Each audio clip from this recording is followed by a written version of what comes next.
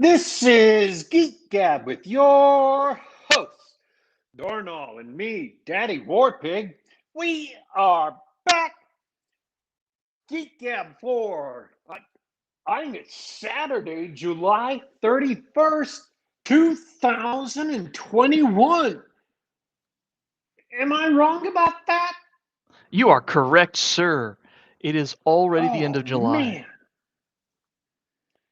You know, this year is turning out to be a lot more calm than I really expected it to be. After last year, I expected this year to be a complete and total, crap show. It has been, but it's also flying by, unlike last year. Yeah, it's a lot more mellow. I mean, we got a sequel to COVID, but it's like COVID's weaker brother, the Delta variant is it's like the lazy COVID. It's just basically refusing to really hurt more than just a teeny tiny fraction of the people the original COVID did. And I know there's probably some nudnik out there putting their hands on their hips, some Karen out there saying, well, people are dying. You can't make a joke about that. And I'm just saying, look, I'm just pointing out it's not barely hardly lethal at all. There are almost nobody dying from the Delta variant. It's just not, kind of the nail biter that COVID was last year. Right. It's really funny the way people are reacting to this. All signs point to it being rather contagious, but relatively harmless. And forgive me for making light of the situation, but put me in the camp of people who thought the original COVID wasn't particularly threatening either. I hope I don't get us kicked off YouTube for saying that. Um, yeah, but there are some people who I think are way overreacting in certain ways. Like Australia, this is not political, by the way, because somebody just mentioned this on Twitter when I mentioned it. They're like, it's Mad Max out here, man. Uh, Australia just banned leaving your house and banned travel unless you've got a passport. Crazy. So, Yeah, there are people way overreacting. Um, so that's like cyberpunk future all the way out in Australia. it's something else. Yeah, to answer Jeffro's question in chat. Hey, Jeffro, good to have you hanging around.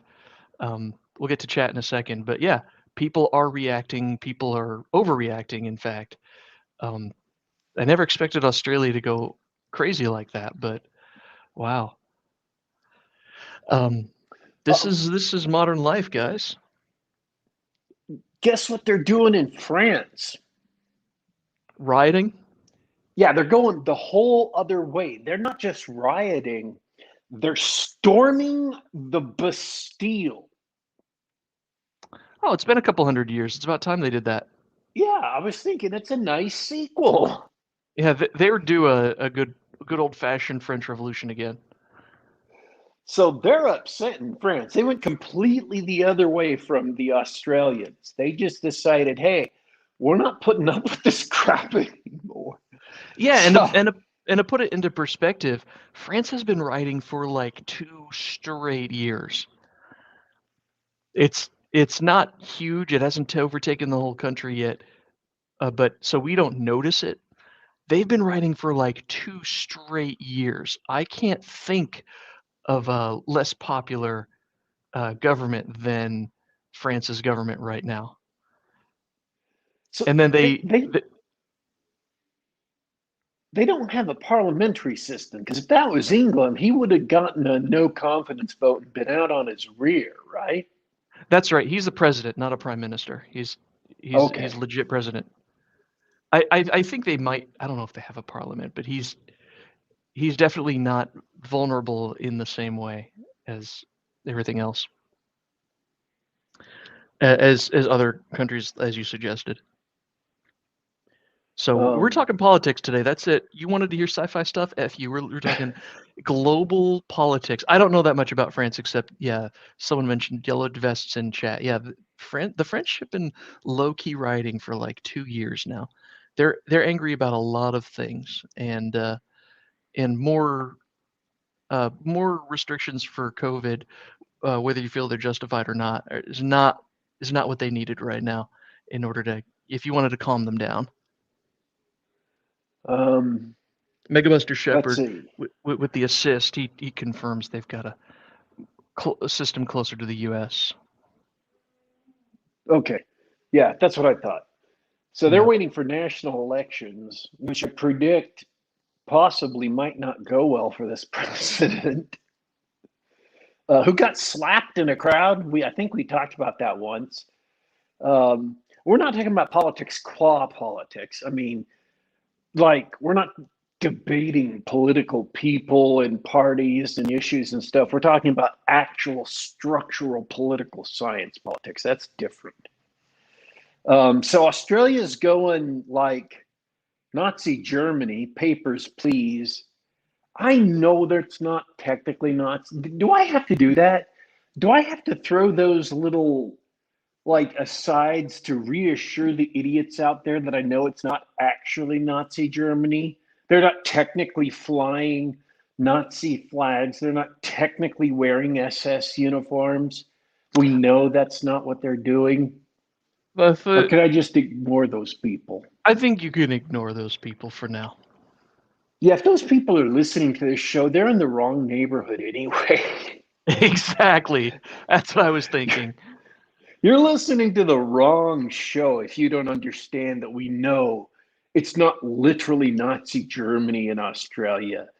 Or if you think the United States is literally Nazi Germany, that there are literally, 50 million or 80 million neo Nazis in America, if you literally think that, you're listening to the wrong show. And that is politics. But we're going to back off that. We had a discussion last night with a good friend of ours who said, not that we've done it a lot, but we ought to stay away from things like that. Uh, I wanted to discuss. Well, the reason why I bring that up is because we've said this before. We've got the crappy kind of cyberpunk dystopia going on. Yeah, I was really hoping that there'd be a dark future with crazy firearms and machines and flying machines, and I wanted to plug my computer directly into the base of my skull by now, and it's just not happening. Instead, it's an Orwellian kind of nightmare. It's mixed with the cyberpunk dystopia. If Orwell could have conceived of these giant corporations, and who knows, I haven't read everything he wrote. Maybe he would understand it. But it would be cyberpunk by way of Orwell, or Orwell by way of cyberpunk, depending on how you want to look at it. I got a cool Venn diagram the other day that I was going to repost, but I haven't yet. But it's got all these things listed. And let me read them off. They're all in overlapping circles. 1984, They Live, Brazil, Fahrenheit 451, Brave New World, The Matrix, Soylent Green, Idiocracy, Mad Max, Lord of the Flies, Animal Farm, and Hunger Games. And right in the middle, where all these circles intersect, is a big pin, and it says, "You are here." Perfect. And what's sad is it's kind of true. It really is. All these visions of the future, how it could go badly for us. A little piece of each one came true. Yeah, we got the smorgasbord. We got the dystopia smorgasbord, and it's just great. Um, so there were two things I wanted to talk about before we got to the main topic of the show, not including Lane's cyberpunk dystopia without cyberware yet that we live in. Um, See, that's where the Mad Max in Australia thing kind of clued in, is because we got part of Mad Max. The circle Um, is complete. The Venn diagram is the complete. circle is complete with the diagram. And we know we got They Live because all these people, there is one rule of law for the rich and powerful, and one rule of law for the poor. And I sound like I'm a leftist radical commie from the 60s. Seriously. Uh, but it's also true. And I'm not a leftist. I'm not a commie. I hate commies. I hate them. Better dead than red. I hate communism. Seriously. We discussed why on the show before. I grew up next to the Iron Curtain. I grew up 30 miles away from the Iron Curtain. You know, took a tour of the Iron Curtain, the Czechoslovakia border. I saw the border guards and the towers and the dogs and the minefields and the, uh, you know, military link fences. Military link is different than chain link. It looks like chain link, but it's thicker and tougher and harder to cut through. And I saw all that stuff. Um, we'd get news of people getting killed trying to cross the Iron Curtain, trying to cross the Berlin Wall, and we got movies of people successfully making their way across the Iron Curtain in hot air balloons and stuff, and it was personal to us. Uh, when we saw that at the local theater on base, we all applauded because it wasn't just a tale of heroism; it was a personal thing to us. We were 30 miles away from it. Um, so yeah, I'm not a leftist, but when you watch what's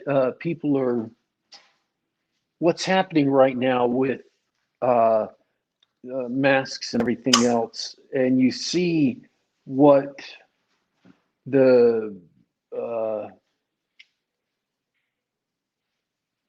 rich and politicians get away with, what governors got away with, uh,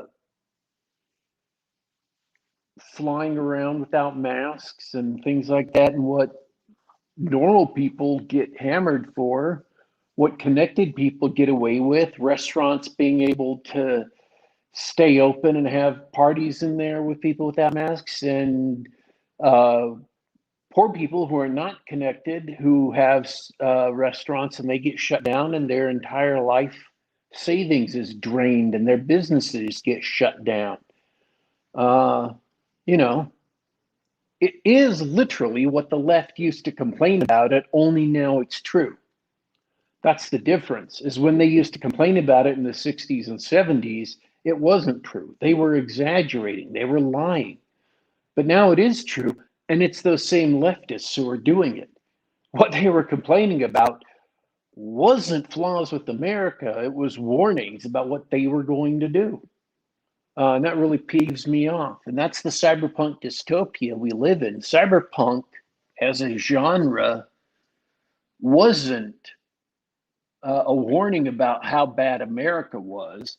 It was a warning about how bad the left would be when they got into near total power. And you can say that's politics, but it's only political in the sense that cyberpunk itself was a political genre. So I think I'm following my own rule with that. But there were two things I wanted to talk about before we got to the main, not to get off onto a rant there, but there were two things I wanted to talk about before we got off to the main topic of the show. I don't get off on rants, do I? It happens from time to time. We indulge you here on the Geek Gab. I wanted to talk about one small piece of game design, uh, and I wanted to talk about uh, the game last night, or at least one small part of the game last night. Oh, I love Um, to hear your thoughts on D&D as usual.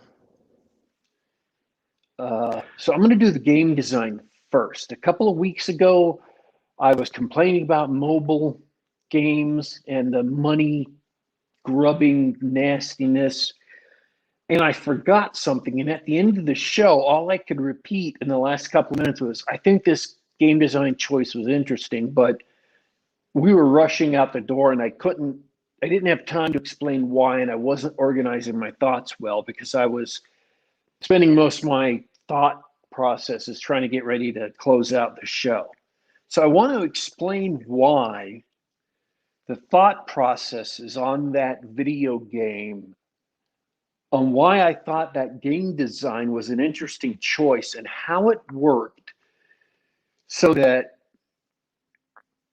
you can get some insight into a game designer's perspective and why they chose why they made the choice they did. I'm going to try to make this really concise. It was a zombie game. The goal of the game was to get out of town, escape town before the nuclear plant melted down and irradiated everything and you expired. There were roaming packs of zombies and roaming zombies and other creatures, zombie dogs and things like that, and different kinds of zombies. You'd have huge hulking zombies. You'd have bloated zombies that would spray you with acid that would slow you down. You'd have different weapons that you could find and an amount of ammunition you could find. And if you used too much ammunition, you'd run out and you'd have to use melee weapons instead of guns that you could shoot at range. Your melee weapons could eventually break when you use them too much and be reduced to fists, which did very little damage. When zombies got into melee range, they bite you. Some zombies or mutant creatures had ranged attacks, so on and so forth. And I don't want to say this like it's bad, but that's pretty standard for zombie games. I mean, Resident Evil pioneered most of those things in the survival horror genre, unless I'm much mistaken. So Am I much mistaken? Resident Evil owes a lot to Alone in the Dark, but Okay. some of the other conventions came from Resident Evil. So what about the game is interesting, or what game mechanic did you want to bring up? When you got into fights, the worst thing that can happen to you, so you have an absolute hard-coded deadline that varies according to the difficulty of the game. The easiest setting has the longest deadline before the power plant melts down. It's not a variable. It doesn't change according to, where you are in the main plot or the side stories. It doesn't change according to what you're doing unless you specifically get to the power plant and can delay the meltdown, which is a Chernobyl style event. It's not just a nice meltdown. It's an explosion that irradiates the city. So it's not one of these plotty things like you get in some games that it's a story thing. It's a hard deadline you're up against. And obviously at the highest difficulty level, it's a pretty short deadline. So that's the time limit you're working on. You have to find and clear an exit from the city, and there are several of them, 2 or 3 or 4, I think, that you can find and clear and get out of the city before this hard deadline goes off. So your real currency in the game is time. Everything you do, and Jeffro's going to recognize this design philosophy from D&D. Everything from old school D&D, right? Everything you do takes time. And that time counts against you because you're running towards the wall of that plant blowing up. So the design decision they made was that the worst thing that can happen to your single character in combat is not death, which would be a game over right then, because there's a hard-coded game over when time runs out. The worst thing that happens in combat is your character gets taken down to the point where they have to flee back to their sanctuary and spend time healing up. Now, it's your choice. Time being a resource that you have to manage. It's your choice how much time you spend healing.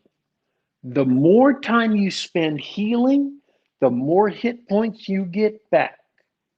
But the more hit points you get back, the less time you have before the plant blows up, and therefore the less time you have to explore, the less time you have to train on the skills, because there's 9 skills, I think, that you have to do things with: lock picking, hand-to-hand combat, fire combat, computers, things like that. And every situation you go into is different. So time is a precious resource in the game. In fact, it's the most precious resource in the game. Everything you do costs time.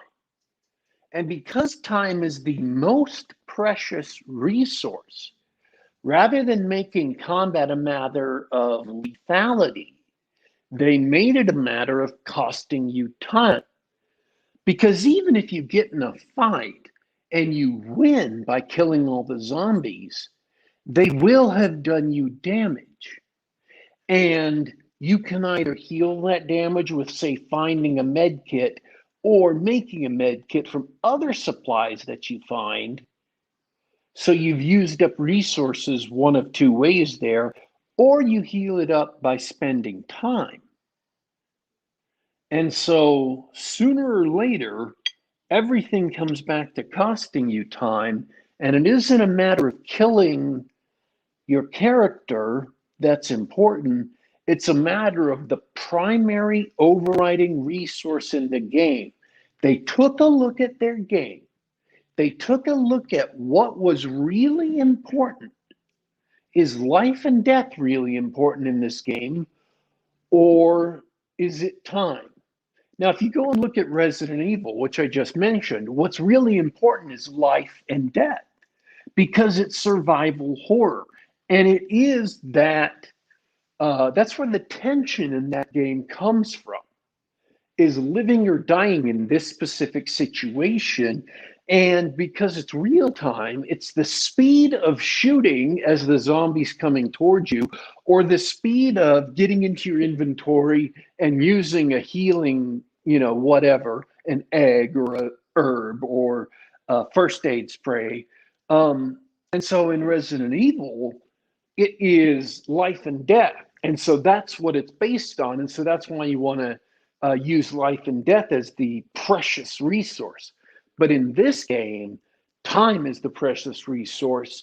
And so the right design choice for this game was not to have life and death be, the chopping block, but to have time be the chopping block. And combat is just another way to make you spend time. If you do combat well, if you learn how to do combat well, it costs you less time because you get wounded less, you get hurt less. And if you've been efficient in your searching, if you've been efficient in doing other stuff, you'll have more time that you can spend on other things.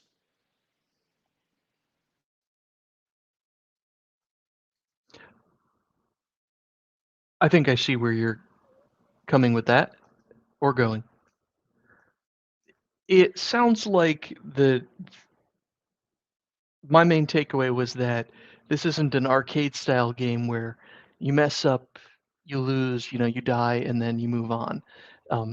Every action has a particular cost to to undertake, and mistakes or bad luck or bad events can increase that cost or produce additional hidden costs.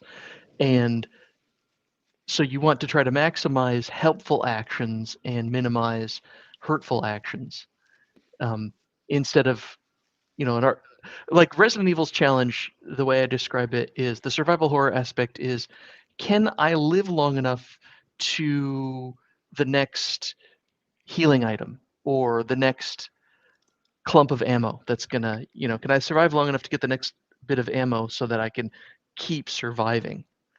Um, and in this game, it's not like that. It's not a question of can I do it. It's a question of how do I make the best choices to make the best use of my time. Sounds Right. like a great adaptation of a board game. Yeah, you can make a good board game out of this. In fact, you can make a good cooperative board game out of this.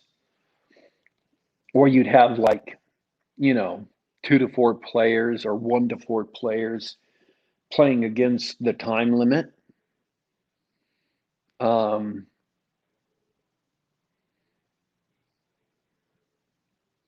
yeah, you could take that same central idea and uh, you could do it with anything. I mean, well, and even like Arkham, Arkham Asylum kind of has that built in because in some of the scenarios, so many monsters come pouring forth that you really are just working against the clock. Um, in effect, you're just working against the clock because sooner or later there'll be so many monsters that there's no way you can attain the goal of the scenario that you're fighting against.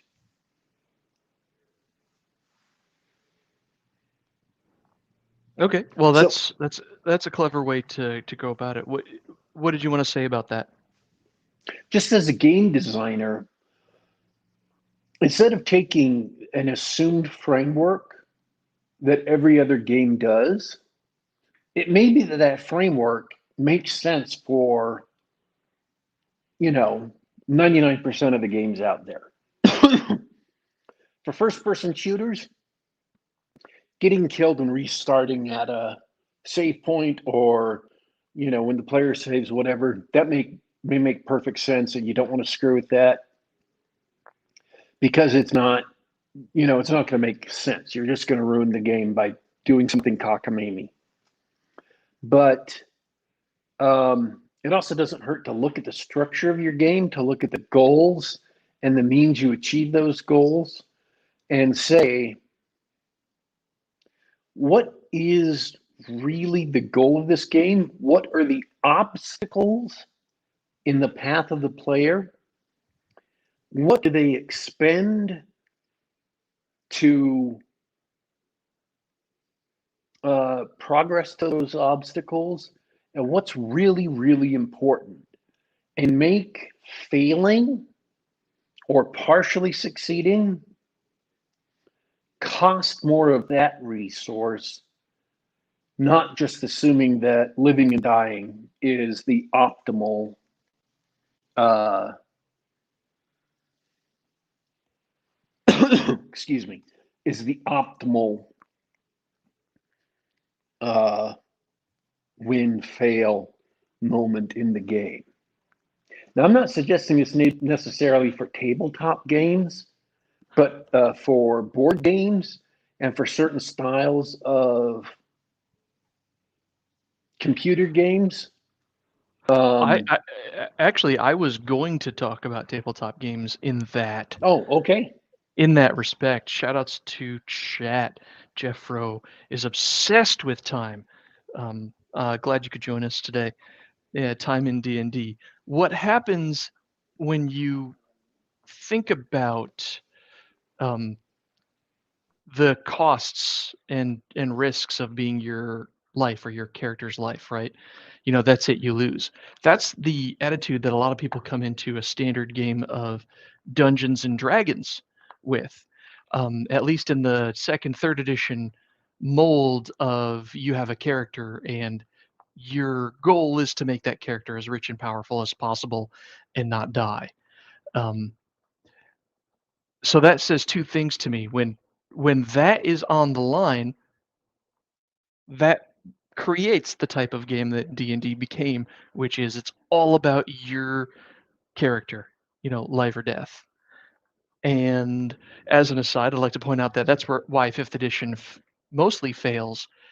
Uh, a lot of players, or a lot of players fail to transition because it's no longer about that. It's possible for a character to die, and if you're playing with a room temperature IQ, it becomes more likely that your character is going to die. But the challenge isn't about that anymore. It's very difficult to actually lose characters in fifth edition. The goal is, you have to find other goals, or there's other failure conditions, or if you're playing with the right types of people, there are no failure conditions. Um, which is one of the reasons why I call it more of a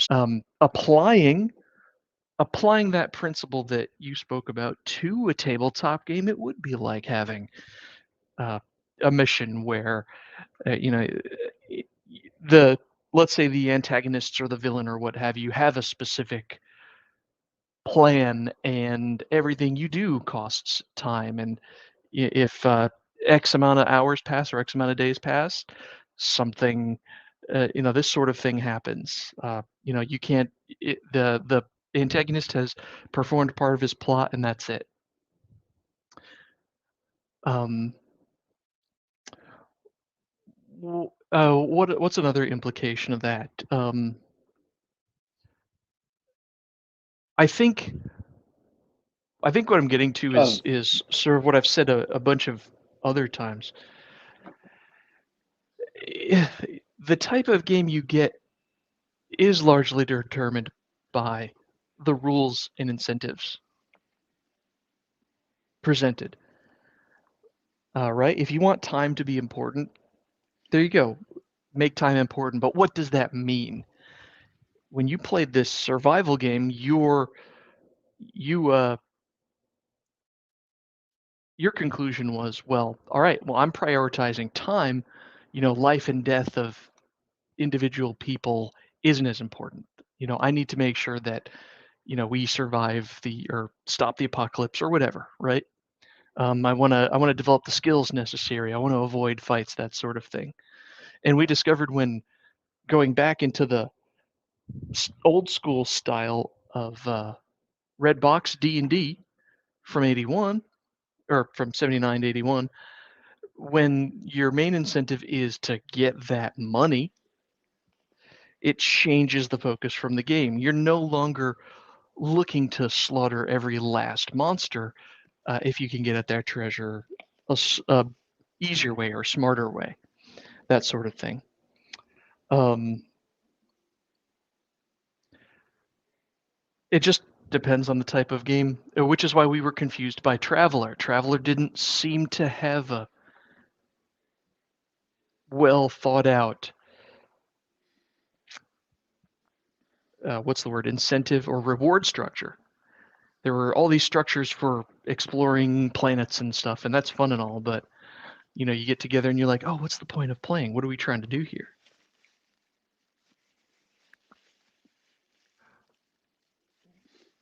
there So was anything built into the system, obviously. yeah, There so wasn't that's anything obvious built into the system. exactly. So I think I'm not saying any of them are wrong or bad, but I definitely see what you're saying as far as, oh, this game mechanic works on time, so I've changed my assumptions about what's important based on that. I think that's a good uh, I think that's a good observation. Speaking of time, a lot of hollering in the chat about Jeffro Gaxian time. Um, Jeffro, we have to talk about this. Um, your crazy experiments and rules as written AD&D. Well, we should ask you to come on the show sometime and explain it all to me because, whoo boy, it seems like a lot of fun. But change the way you play the game, and in some cases, actually try to follow the rules as written as best as possible. You get a different experience. You don't have to make a judgment call about it. I've been hurt. I've been hurt by people who make judgment calls on what type of game it is. But change the type of game and change what people get out of it, or change how people interact with it.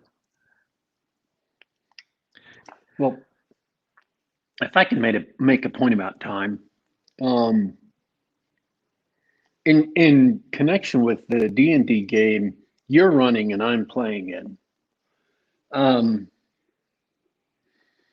we went in, we killed some goblins. We're first level characters, and we got hurt. Nobody died, but we got hurt. So we pulled back, because we got, some treasure as well. We went back. We're in the Caves of Chaos on Keep on the Borderlands. We went back, healed up, got some more. I think we bought some better equipment, and then we went back. And the thing that we said to each other as we were going back in is, okay, we've been gone for a day or two, so we know that the goblins have had time to prepare. So when we got down to the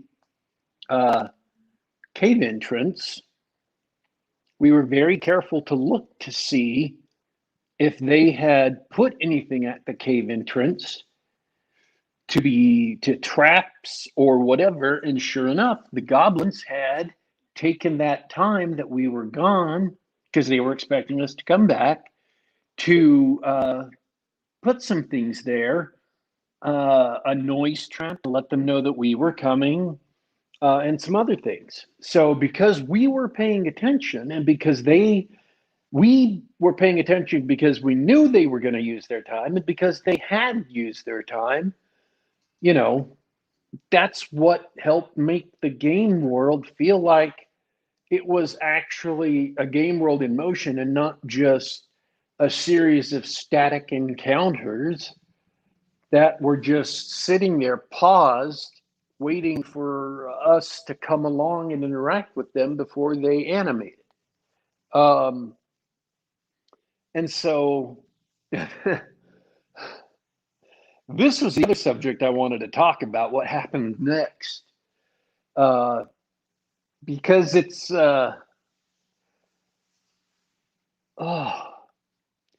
it's where dice rolls meet even a well-prepared party, or a party who was canny, who was cunning, who was ready, who had gotten everything, who had thought of what they needed to do and was doing it right, but a couple of dice rolls went with us. And when the goblins came out, the other thing they had done in the couple of days is they had hired a hobgoblin, or called for help from a hobgoblin they knew, to come in. And we had 5 people in the party. And in this skirmish, before we could withdraw, we lost 2 party members. 2 first level characters went down, and we had to do a fighting retreat, pulling them with us, pulling their bodies with us. We got out of there. And once again, retreated up is it a gorge that led to the cave where the goblins were? Yeah, it's a big ravine. A ravine, yeah, up the ravine, past the ogre's cave, who we had killed, uh, up the ravine, back to the keep. Had a nice service. They had left their stuff to the party, so we divvied stuff up. And then we spent 3 days hiring some men at arms retainers. So, time again, those goblins have had 3 more days to do whatever it is they're going to do. And although we didn't have time to get back to the goblin cave and start going back in,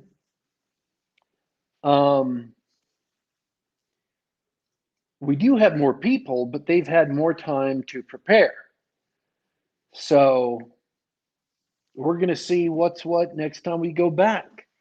But we have learned a harsh lesson on taking additional people with us. But then again, we didn't really have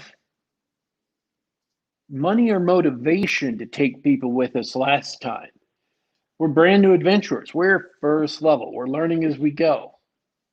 So, and as a player, I was kind of waiting for that anyway. Honestly, I was kind of waiting for my first level character to die because, well, it's all Jeffro's fault. I've been reading Jeffro's posts on his Trollopolis campaign. And again, we do want Jeffro to come on the show and talk about his Trollopolis campaign. Because I've been reading his Twitter posts, but I don't know that I've caught all of those. And I've also been bugging him to kind of compile his Twitter posts so people can know where to go to read all of those and soak in the experience of the information he's gotten from his campaign, the knowledge and experiences he's had with that. But I was looking forward to my character dying. I'm like, I'm going to do my best to keep him alive. And I've invested the money. He's an elf, a D&D elf, which means he's a fighter magic user who has roughly, 2 years of XP before he gets to second level. But I've invested the gold pieces to try and keep him alive. But I was kind of looking forward to him dying and just rolling up a new character because that was an integral part of first edition D&D or white box D&D or even BECMI D&D, which is what we're playing. We're in basic right now because we haven't even hit second level, much less, third level or to get into the expert set. Or expert Never gonna happen. fourth, I don't know. But yeah, we've just started hiring hirelings and retainers last night. We got 2 frontline fighters and 3 guys we outfitted with pole arms for second line fighters, and we're starting tentative plans for people to be provisioners and hunters to keep a steady stream of supplies going to the adventurers so that we don't have to stop and go back. We've got 3 spots we've picked as caches to keep stocked with water and food in case we have to retreat. And we've got we're really, really hoping our party cleric gets to second level so he gets actual spells to be able to cure us at some point. And we just hired an NPC cleric to come along with us for a share of the treasure. So yeah, we're learning from the lessons of getting killed. It was a nice start, I think. You made a big score, but you lost a couple of people, and so you turned around and took that money and said, "Okay, let's let's get a little bit more equipment, but more importantly, let's hire some more people to make our next delve more successful so that we don't lose anybody and greater chance of success. Totally different idea from the way I've always played D&D. It's a new way to play. It's fun. It's an old way to play actually, but it's fun. And it's forced on us because we are more frail than in third edition, in fourth and fifth, I assume. And it's a lot longer time before second level than it is in third edition, and I assume fourth and fifth. Not having Yeah, played. you're right. Fifth edition deliberately makes first level last about 1 or 2 sessions. It's very low amount of XP to level up. They want people out of level 1 and into quote unquote doing fun stuff. And I'm not complaining because that forces you to learn. It forces you to think strategically, not just tactically in terms of how you're going to fight your battles, but strategically. How are we going to keep this group provisioned? Okay, how can we keep this group provisioned cheaply?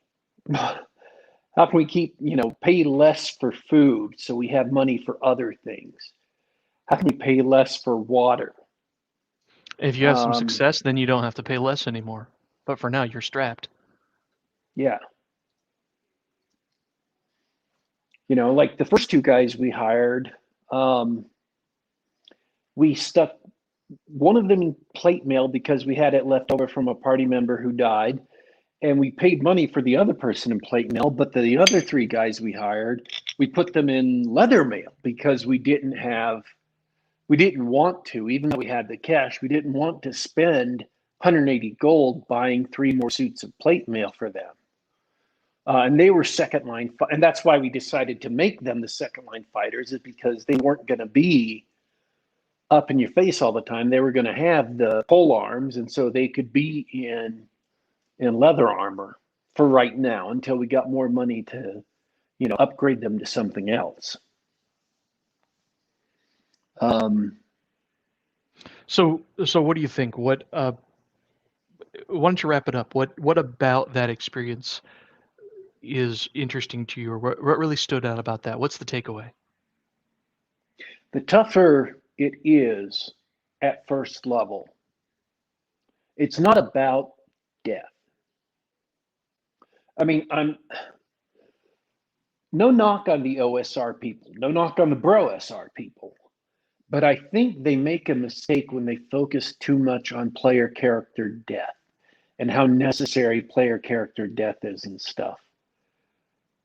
What I find interesting in this play style is that it forces you to think about dungeon delving in a completely different way, to where you begin thinking about it strategically, because we're getting not very much money, and our big score wasn't very much. It was like 150 gold pieces a piece. And we spent a lot of that on when we blew 25 gold pieces a piece for equipment for the new, or yeah, like we blew a third of that on equipment for our new hirelings, just getting them outfitted so that they could survive. So it being tough in terms of, yes, you're going to die, forces you to think about the dungeon in a strategic manner. You have to approach it in an organized, deliberate fashion. uh, at least that's what it did for me and for, the other two players in the group. We wanted to get organized. We got roles for the hirelings. We weren't, you know, just rushing into combat. We said, okay, well, we want these three people up front, and then we're going to have the cleric here so, they can do some things. And then when people came at us from the rear, we had other people turn around and start guarding the rear while uh, the main fighters took on the smaller group up front to take care of them, and then they turned around to start guarding our back. And then when things went south, they held the line while the cleric and the other guy grabbed the bodies and dragged them out. And then we started retreating, doing a fighting retreat. I mean, the same thing we had to do during the fight when things went south was the same way we had to approach the dungeon, and the same way we had to look at everything as a resource. We went into a crypt and we cleared out the crypt, and then we used that crypt, and it was a small crypt. It was like 3 chambers.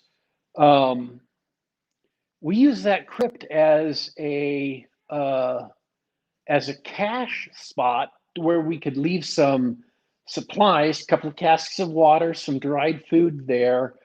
And it also overlooked a small hollow where we could set up a fire, and eventually lay down some stones and put in a metal ring. So we had a fire pit there, because it was convenient to the Caves of Chaos, and convenient to the river, um, where we could, use it as a staging area. If we didn't have to go back to the city to heal, we could just use it as a staging area where we didn't have to spend time overnight in the caves and chance an ambush. And because of the way the hill was shaped, when we lit a fire in the fire pit, we couldn't be seen except for the one specific direction in between the two parts of the hill, um, in between the two shoulders of the hill. So you're thinking about those things. You're thinking about, okay, what's the terrain shaped like? If we light a fire, who can see us? What's in that direction? Um, you're just thinking about all the things that are going on, and you're trying to minimize the chance that you'll be seen by a wandering monster. You're trying to maximize the chance that you're going to be sneaking up on the monsters rather than them sneaking up on you. You're trying to utilize all the resources you've got, um, and trying to eke every last bit of gold and coin from whatever it is you find, not just because it's money to have money, but because it's money because you need that money to buy supplies for food and water and armor up your uh, retainers, and you know make sure your mule is taken care of, make sure the cart gets repaired if it needs it, and then upgrade things when and as you need to or can. Uh, and it also aids actual role playing. Like, we've got 5 retainers with us now. We've got 5 men at arms. And so I took time to take the oldest guy there, make him the sergeant so he could transmit orders to everybody else when we need to give them, so he could transmit orders to the 4 other soldiers we hired, and we had to give him a raise because of his duties. And none of that's in the rules, none of that's in the rule book. But if you've got 5 guys that are along with you and they're NPCs, yeah, we're going to control them by moving them around in the map. But you need somebody to be the sergeant of that squad. You just do. And he can help them keep their armor in maintenance, make sure they go to bed on time, make sure they're doing their watches when they're supposed to, make sure they're maintaining their arms and armor, and eating right, and, washing themselves and doing all the things they're supposed to do. So we just needed a sergeant, so I made him the sergeant. And that's just role playing, right? And then we're doing other little role playing things, like we took them out to dinner. So they'd be, we could get to know them before we went out into the depths of the dungeon. We just had a nice dinner with the party, the three adventurers, and the men at arms we hired and the cleric we hired. It's not in the rules, and I get the feeling that's not the sort of thing that would go on in Jeffro's campaign necessarily, but I like the camaraderie of an adventuring company, even if they're NPCs.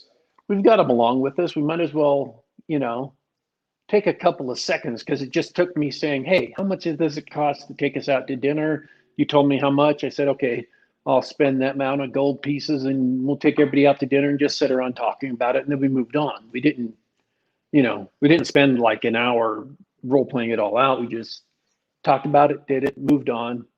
Just something we know. I like all that.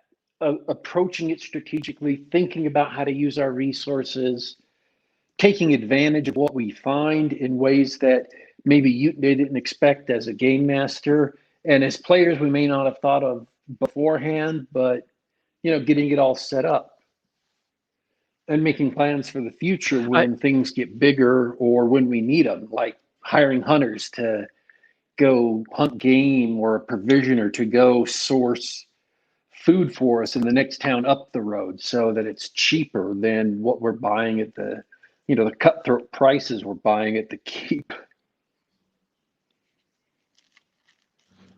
yeah, I really I thought the morale boosting actions you took were very amusing because my reaction, of course, was these men at arms. They're just mooks, basically, these faceless guys who are there to help you succeed in the dungeon. And by that, I mean sometimes they're going to soak a little damage and die. Um, I think it's valuable to maximize their potential morale, especially with everybody having an average charisma score. But getting to know them, that did sort of made me chuckle to myself inside. I was like, "Oh boy, you're a blade of meat shielding. Never name your pet your livestock. Name your pets, not your livestock."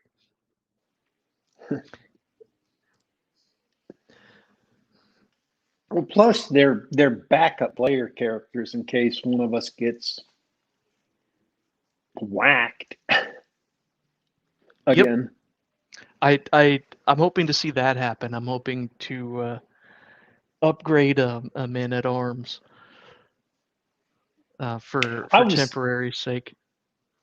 I was also stealing ideas from the first edition DMG to hire more people because there's rules on how to find hirelings and stuff, putting up handbills and hiring a crier and uh, hiring the uh, barkeep at the tavern to uh, talk to likely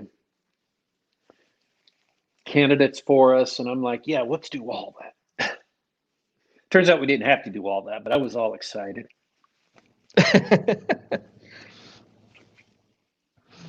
I it was fun. As a DM, I really didn't do much. I was just sort of preparing NPC actions in the background and responding to your guys' questions. So, from a DM's perspective, on the one hand, it wasn't exciting and action packed. On the other hand, uh, it was fun to interact and it was very satisfying to see the players actually think and interact with the world as if it were a real world, which for me is that's where tabletop role playing games become the best for me when I'm thinking about the game as an in-game world and the actions I take make sense, or if I'm running the game that if I don't have any mechanics or rules right in front of me that to handle a situation when a player comes in and really thinks about it and says, "Hey, what if I do such and such?" and we in that shared hallucination, that shared mind space, everybody understands, okay, this is how the world works. I'm thinking about it as if I'm actually a character in this world. Here's how I interact with it. Those are my favorite parts. And so it was really satisfying that the rules and the sequence of circumstances created that situation. And uh, because there weren't rules covering a lot of those situations, I wonder if that helped. That's just a question that's crossing my mind. I don't have a definite answer. And I will also say this. Um, One of the things that helped us engage with the world more was because we were so fragile that we had to think about the world as a world and look for solutions that were present in the world. If we had been superheroes, even first level superheroes, we wouldn't have had to look so hard for solutions to our problems. Losing two members of the party really set us back. It really kind of sobered us up because I think the three of us, and I include myself in this is a bit of self criticism too. I think the three of us were going in expecting third edition. We were going in kind of subconsciously assuming that we would have, you know, uh, same hit points plus the -10 bleeding to death hit points, um, plus the cushy bonuses that you get from attributes in third edition, which you do not get in AD&D or second edition, and you do not get in BECMI. We're expecting the game to be easier than it has been. Not that it's been like, fantasy freaking Vietnam, but we're expecting to have an easier time with it. We weren't expecting goblins to be as difficult as they have been because they have roughed us up. They've roughed us up once and then they wiped us out the next time. So we were expecting it to be easier. And when they killed half the party, they really set us back. And so we went in, we got kind of ruthless at that point and started looking for solutions. And looking for solutions meant thinking about, okay, here's the place we are. Here's what's going on. What solutions are available in this world? And that forced us to take the world, the game world, seriously. So my theory right now, and this is the theory that I'm building the secret project off of, the more obstacles and consequences there are, that is obstacles before the players that players have to deal with when they're taking actions, and consequences that occur after the actions are taken, the more the players have to accept the reality of the world their characters are in. Well said.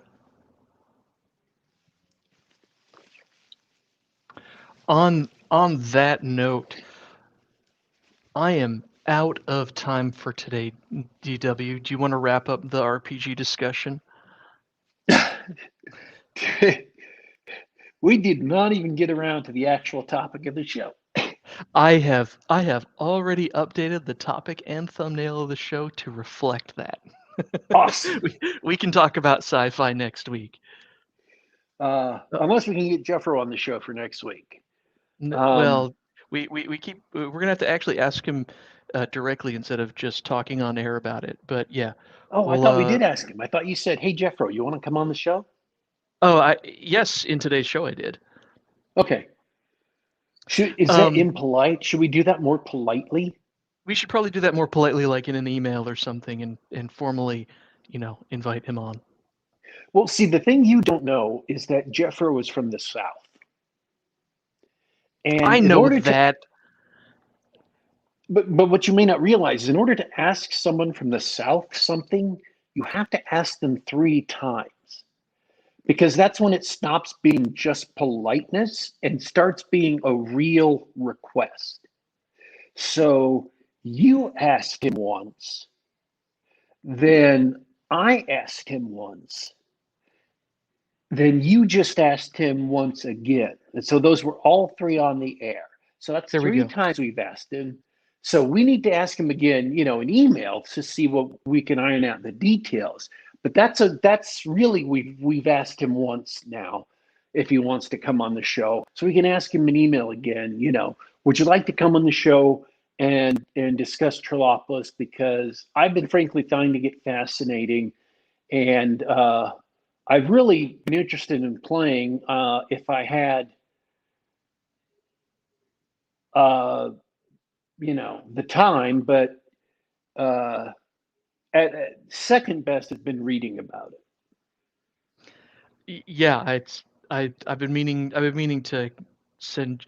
Well, Jeff Rowe also moved out of my neighborhood and went back east to the southeast. So the time zone mismatch means that I can't just text him or call him up about role playing games anytime. And uh, and so I'm going to use this show as an excuse, and we'll know that when he declines, it won't be just a politeness. It means he really doesn't want to hang out with us. Oh, okay. Well, I don't know why no one would want to do that because this awesome. I do we have are awesome, but we're also disreputable. disreputable, and we talk mad shit about whatever we talked about at the beginning of the show. I'm not going to mention it just in case YouTube censors us and edits it out or anything like that. Um, Oh, that's right. We were on the edge of getting banned, weren't we? edge of getting banned. It's okay. Oh, Uh, wow. we're fine now. We're good. We're good. I I actually caught a ban on Twitter. Did you? Oh, you must Uh, have been talking about the Delta variant. no, somebody said hypothetically if they were a comic book editor and someone had come in with them and presented this panel that was like a panel from this comic he was criticizing, uh, he would torment them psychologically because they were so stupid. And I said, you might as well just shoot them because there's no court in the world that would convict you. And somebody reported that to Twitter. Yeah. I can see why somebody would report that to Twitter. A Obviously a joke. hypothetical fictional situation where I hypothetically suggested doing something to a hypothetical fictional person got reported to Twitter and they banned me for that. Oh, the target in question was fictional. Yeah. Oh, that's absurd then. Yeah, I'm sure the Twitter employee just looked at the message without context and they were like, okay, click, and they went on with their day. I caught a 12-hour ban. I don't feel bad for that. I'm just like, whatever, dude. So the next time I made a joke like that, which was the same day, I made it clear by sticking like 3 levels of hypothetical, fictional, conjecturing in there that it was, me referring to a fictional person I was hypothetically conjecturing might exist. There. So I don't know. But what kind of, this is something somebody else responded, what kind of jackass reports a tweet like that to Twitter? I mean, honestly, the same kind of jackass that spends too much time on Twitter. Yeah, that makes sense. All right, we're out of here. You've got to go. So we got to go. Yeah, I'm specifically out of time. I have budgeted the hour and a half, 2 hours necessary for this show, but I had a great time talking about one of my favorite topics. I didn't get a chance to shout out to chat, so I'd like to take a few seconds to thank everybody who came in. We had Jeffro, of course. Hey, Ardenon, good to see you. Fiona Wolf, glad you made it. and Judd Goswick, big in the chat today. Who else did we have here today? Did I mention Roll? Because Roll's in here too. Matthew Martin, hey, how's it going? And Bryce Byerly with the Swole playing. Love it. It was awesome to have all you guys here. And scrolling up, I see John Dacre. Glad you're here for the all the RPG guys had just happened to show up for Gab about D&D. So I'm so happy that we had such a good show today. I'm done for today, Daddy Warpig. Thanks for hanging out with me. It's been a blast as usual. But I'm out. Have a great week, everyone. All right, folks, I want to thank everybody coming and listening live, participating in the chat. It's been a great chat, very energetic chat, talking about not just D&D, but Call of Cthulhu, one-to-one time and all kinds of games. A lot of great supplementary information in the chat. So if you get a chance, come to youtube.com/geekgab. That's youtube.com/geekgab, and listen to the show, read the chat, and see what other information has been pitched in by our unusually intelligent and amazing audience. And by the way, we do this just about every Saturday at just about this time, which is 2 p.m. Eastern Time, 11 a.m. Pacific. And you can come in and participate live and join the chat and make your voice known, permanently recorded right here on Geek Gab. Least until they ban us. But if you can't make us, if you can't come and listen live, you can listen to us later on the Google Play Store, the iTunes Store, and on SoundCloud.com. You can download us and listen to us on the device of your choice, because that's how much we care. We want to make it convenient for you. Folks, we are signing off for today, but don't you worry, don't you fret, we will be back.